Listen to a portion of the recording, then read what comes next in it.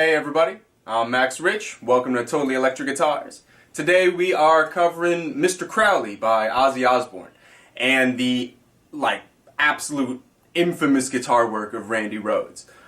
Me personally, he was like a major inspiration for me. He ended up being kind of like my idol when I was a teenager, and he led me into learning how to play classical guitar and all kinds of stuff. I studied with his original classical guitar professor, so I got kind of like an inside scoop into how classical helped influence his playing, you know? And you can see like hugely obvious classical influences in this song. Even just the beginning, the this kind of like scale, this thing that's on the track, actually a synth line. But it has this really classical feeling, this kind of like 1-5-1-5, you know, kind of a sound, which, what I mean is like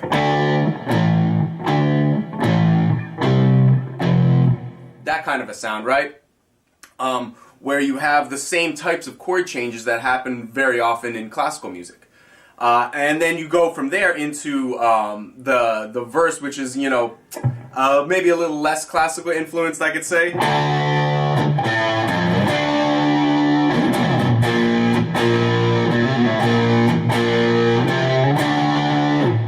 That's pure, you know, rock, you know, and that's kind of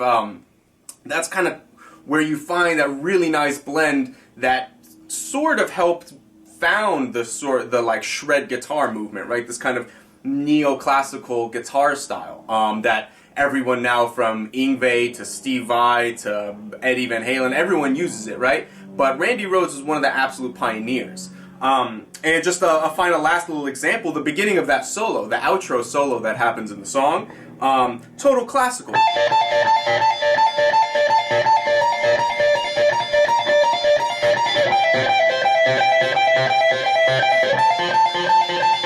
He's just basically just running arpeggios really fast with some pull-off licks, and that combined with, you know, the gear that he was using, you know, the Marshall sound and the Les Paul and everything, the humbucker pickup, that kind of created that neoclassical rock shred metal sound that everyone's used to hearing. So by studying Randy Rhoads and his guitar playing and his style, you can really kind of it's kind of like the foundation for everything that, you know, modern guitar players want to learn: how to play fast, how to tap, how to do really quick legato licks like Satriani would. All this kind of stuff is like pretty much found in Randy Rhoads' playing. So by studying this song, you're going to kind of cover a lot of material, which then leads me to say, if you feel in any way you're not ready to shred as hard as Randy Rhoads, maybe take a step back and check out some of my technique lessons to help kind of get your fingers up to speed, or help your legato playing, or, you know, your speed picking, or whatever it might be, because there is a huge amount of technique required to pull off the stuff that Randy Rhoads does. So, with no further ado, follow me and I will begin to teach you Mr. Crowley.